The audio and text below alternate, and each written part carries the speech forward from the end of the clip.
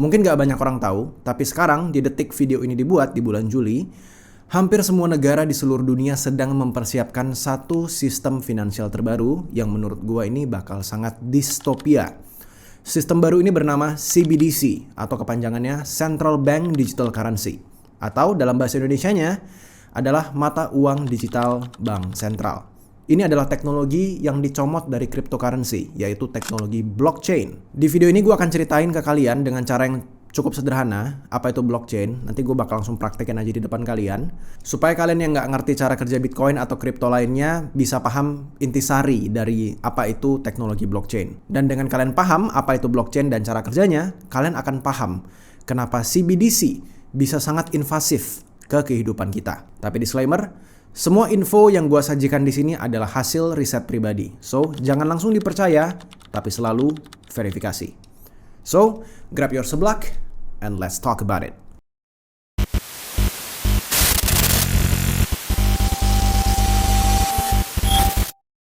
Halo semuanya, gue Josh Kultom. Selamat datang lagi di channel pribadi gue. Kalian bisa follow sosmed gue yang lainnya di Instagram atau TikTok dengan nama yang sama, Josh Rafge juga. Kalian bisa bantu channel ini dengan sekedar komen dan like video ini, atau kalian juga bisa join membership channel ini dengan cara klik tombol gabung di sebelah tombol subscribe, seperti nama-nama orang yang sudah kalian lihat di sebelah kiri kanan ini. Ini adalah nama-nama orang yang sudah gabung membership channel ini. Dengan kalian gabung, kalian bisa akses ke video yang belum tayang duluan, terutama kalau kalian masuk level 2. Kalau kalian mau ambil yang paling murah di level 1, kalian bisa nonton video yang belum tayang duluan hanya beberapa jam sebelum dia tayang ke publik. Kalian juga bakal dapat logo khusus di setiap kali kalian komen, dan gue bisa dengan mudah notice kalian dan bisa gue reply komen kalian. Itu aja, kita mulai aja videonya.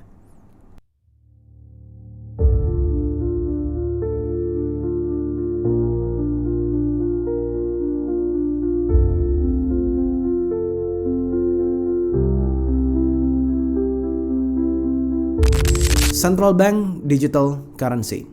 Ini adalah sebuah sistem finansial terbaru yang somehow tiba-tiba mulai muncul beberapa tahun belakangan ini. Tiongkok sudah mulai program CBDC-nya sejak tahun 2020 dengan mata uang digitalnya bernama e-yuan dan terus berjalan hingga sekarang. Diikuti dengan Bahamas dengan sen dolar, Nigeria dengan e-naira, dan Eastern Caribbean Union dengan D-cash. Lalu negara-negara besar seperti Swedia, Jepang, Rusia, Brazil, dan banyak lagi, itu totalnya ada sekitar 130 negara sejauh yang gue tahu ya per video ini dibuat, terus mengembangkan CBDC-nya. Harusnya akan terus bertambah ke depannya. Ini adalah sebuah gebrakan finansial baru yang no one is actually really talking about it. Gue nggak mendengar ini muncul di berita. Ya ada berita, cuman nggak begitu rame. Atau jadi sebuah sesuatu yang viral atau booming di masyarakat sama sekali. Tentu pas gue cek di YouTube ada satu channel bernama Ngomongin Uang yang sempat bahas ini di tahun lalu. Tapi udah, itu doang, satu channel doang. Nggak ada channel independen atau influencer lain yang koar-koar bahas-bahas ini lagi. Mungkin bagi kalian yang ngerti teknologi blockchain dan kripto, ini bukan sesuatu hal yang baru buat kalian. Tapi karena ini topik yang nggak banyak orang bahas, gue harus keep it stupid simple buat orang yang nggak ngerti teknologi ini sama sekali. Uang digital CBDC, ini bukan uang yang ada di bank digital kita. Ini juga bukan uang yang ada di dompet digital kita kayak misalnya GoPay atau OVO. Enggak, bukan kayak gitu. Ini adalah sistem keuangan yang benar-benar baru dan masih dalam proses pembangunan di banyak negara. Di mana CBDC ini akan mampu membuat semua jaringan perbankan di sebuah negara menjadi satu jaringan aja dan bisa dilihat secara transparan oleh pemerintah dan bank sentral. Tiap kali pemerintah melakukan kebijakan keuangan baru, biasanya kebijakan ini nggak langsung berjalan ketika palunya itu diketuk. Kalau kita pakai teknologi yang zaman sekarang, kita butuh waktu beberapa hari atau bahkan beberapa minggu sampai akhirnya semua bank dari Sabang sampai Merauke ngelakuin kebijakan yang sama. Contoh kasusnya seperti naikin turunin suku bunga misalnya. Ketika pemerintah meluncurkan dana bantuan ke masyarakat, biasanya harus melalui satu organisasi kecil seperti misalnya dana desa A atau dana desa B dan macam-macamnya.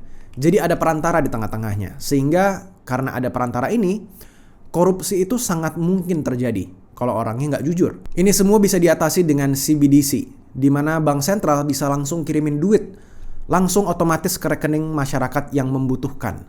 Dan semua kebijakan perbankan itu langsung berjalan saat itu juga ketika ada kebijakan baru tentang keuangan yang dia berlakukan. Ketika palu ditutup, plak, jalanin sistem, semua bank langsung berjalan di saat yang bersamaan. Bank sentral dan pemerintah jadi punya otoritas penuh sama semua kegiatan finansial yang dilakukan di negaranya. Dia bisa tahu siapa yang korupsi uang negara, dia bisa tahu apakah insentif masyarakat miskin itu dikirimkan tepat sasaran atau enggak. Dan dia bisa tahu semua transaksi keuangan yang kalian lakukan. Semuanya kedengaran bagus ya, sampai akhirnya gue nyebutin kalimat barusan. Thanks to transparansi dari blockchain itu sendiri. Gue akan keep it simple, cara kerja blockchain itu gimana, dengan langsung nunjukin kalian blockchain explorer itu seperti apa. Gue akan pakai sebuah alat Web3 bernama Arkham Intelligence. Ini bukan, gue nggak di-endorse sama sekali sama platform ini, cuman ini emang selalu gue pakai. Ini adalah tools yang menurut gue UI-nya itu paling friendly, atau tampilannya itu paling gampang dimengerti untuk orang umum. Jadi gue pakai Arkham Intelligence aja sebagai contoh untuk bisa menceritakan kira-kira setransparan apa blockchain itu.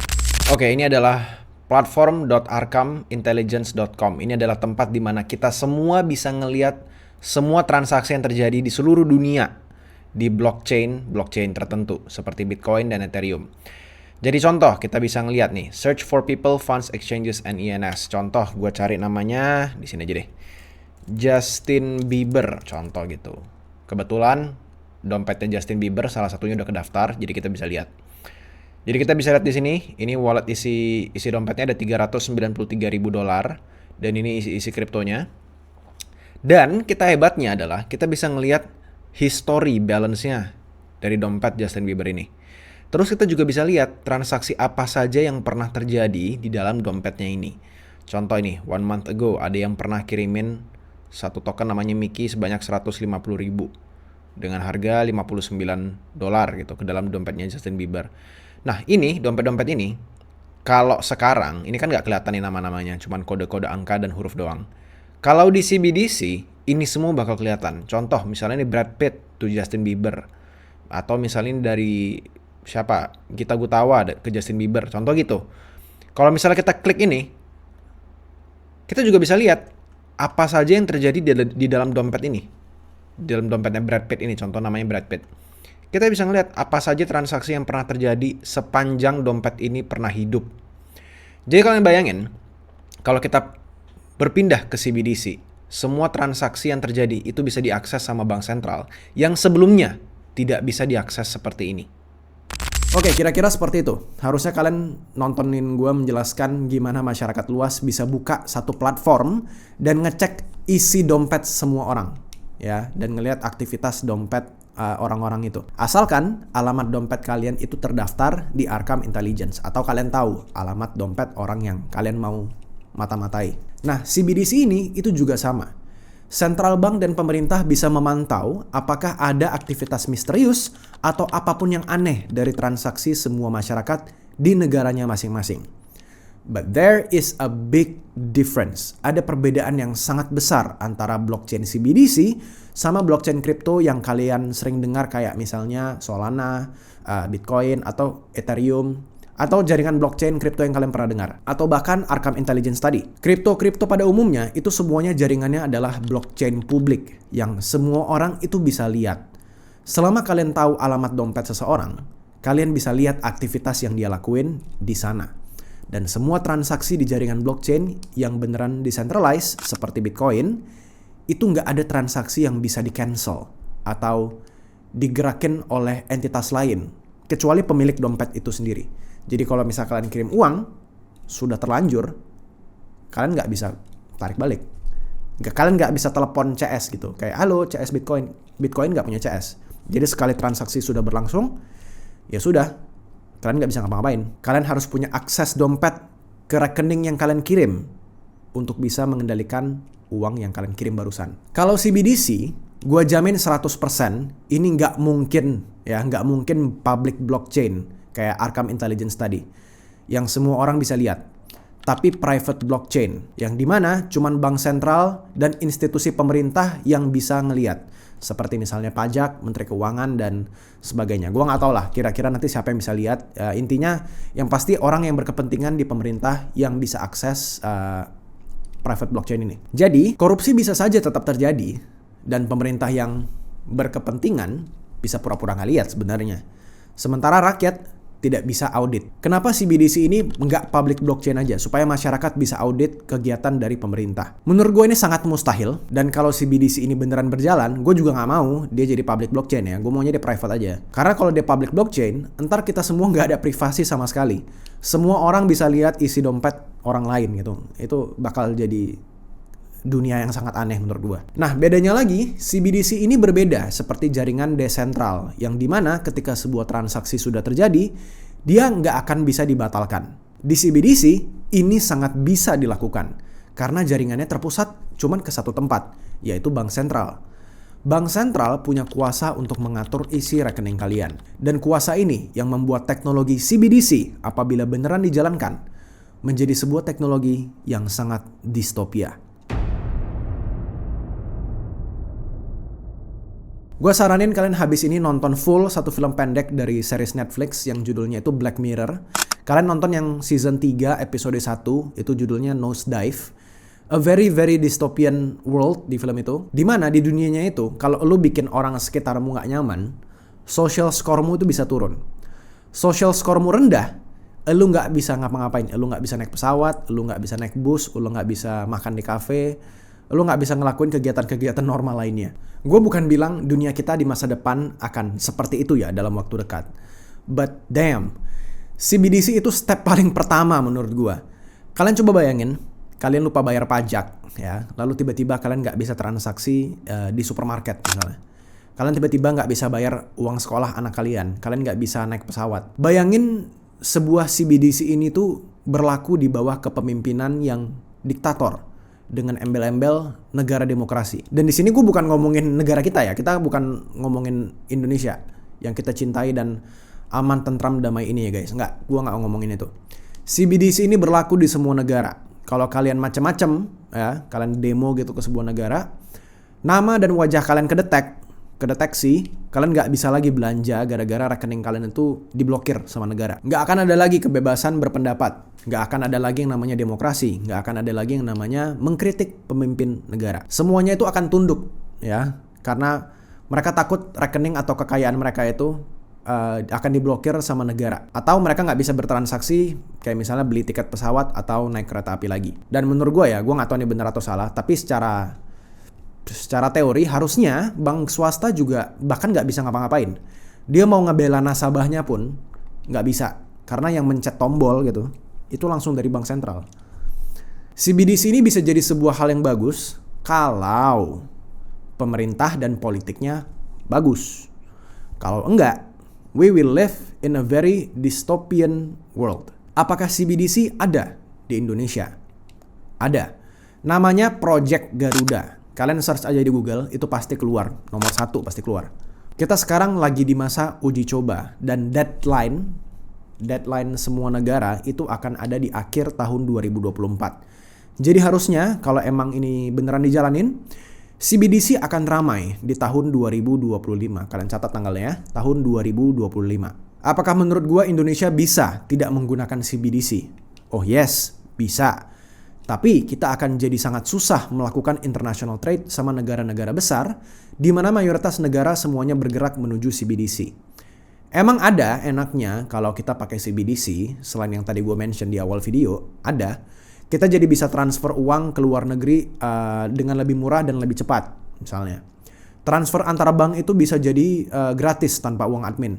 Dan perdagangan internasional mungkin aja jadi jauh lebih luas dan lebih gampang lah, bisa gue bilang. Tapi apa cuman itu aja Josh? Pro dan kontra CBDC. Oh, ada lagi kontra yang lain yang menurut gue sebenarnya ini yang paling berbahaya. Ini yang paling gue takutkan apabila CBDC beneran dijalankan. Yaitu konsep sentralisasi. Semua perputaran uang di sebuah negara itu terfokus sama satu titik. Yaitu bank sentral. Let's say ada hacker ya, dia mau hack sebuah bank misalnya. Basically dia harus pilih satu bank ya kan. Dia acak-acak tuh isi banknya. Dan kalaupun setelah dia jerih payah, dia berhasil hack satu bank itu, ya ujung-ujungnya dia berhasil hack cuma satu bank gitu. Jadi let's say sebagai contoh, hackernya berhasil hack sebuah bank XYZ misalnya. Ya yang rugi cuma nasabah bank XYZ doang. Bank ABC, DEF, GHI itu nggak masalah. Nah ini sekarang semuanya itu terpusat di satu titik doang, yaitu bank sentral. Ini akan menjadi target baru para hacker kelas kakap atau bahkan hacker kelas negara, ya. Bahkan negara musuh itu bisa jadi kunci utama mereka adalah menyerang infrastruktur sebuah negara secara diam-diam. Itu adalah ngehack bank sentralnya yang sudah pakai CBDC. Kalian bisa nggak sih bayangin kayak gitu? Sebuah negara dihack. Nah, aman lah ya, negara kan nggak mungkin kena hack. So, what we can do? I don't know. Apa? What? Demo? Teriak-teriak gitu di depan gedung Bank BI? I don't know. Supaya CBDC nggak ditayangkan di Indonesia? I don't know. Well, sebenarnya ada semacam solusi, tapi I know ini kebanyakan orang pasti nggak akan suka, nggak bakal setuju, dan negara kita pasti akan sangat nggak suka kalau semua orang ngelakuin ini secara serentak. Jadi, karena gue masih mau naik pesawat di tahun 2025, gue cuman akan kasih clue-nya aja ya dengan 2 kata. 2 katanya adalah jangan dipakai. Maksudnya apaan itu, Josh? Ya, silakan kalian nerka-nerka sendiri aja. Tapi gue sangat rekomen ya belajar teknologi blockchain dan cara makainya. That's it. Udah, itu aja. Gue udah kepanjangan ngomongnya itu. Gue masih mau hidup dengan nyaman dan tenang di tahun-tahun depan. Di video ini gue gak bisa terlalu panjang lebar ya ngomongin tentang CBDC. Karena teknologinya itu belum banyak yang ditayangkan di berbagai negara, apalagi di Indonesia. Jadi gak ada yang bisa gue kritik selain yang bisa gue ungkapkan di video ini. Tapi kalau opini gue pribadi ya, I don't like CBDC. Tapi gue gak melihat kita gak akan pakai CBDC. Kalau mau kita negaranya bersaing sama negara lain. CBDC itu udah kayak inevitable. We will go there, unfortunately. Tinggal berharap kita bisa dapat pemimpin yang baik aja dan tidak korup. Dan semoga CBDC ini bisa dipakai yang bagusnya, terutama untuk mengurangi kasus korupsi.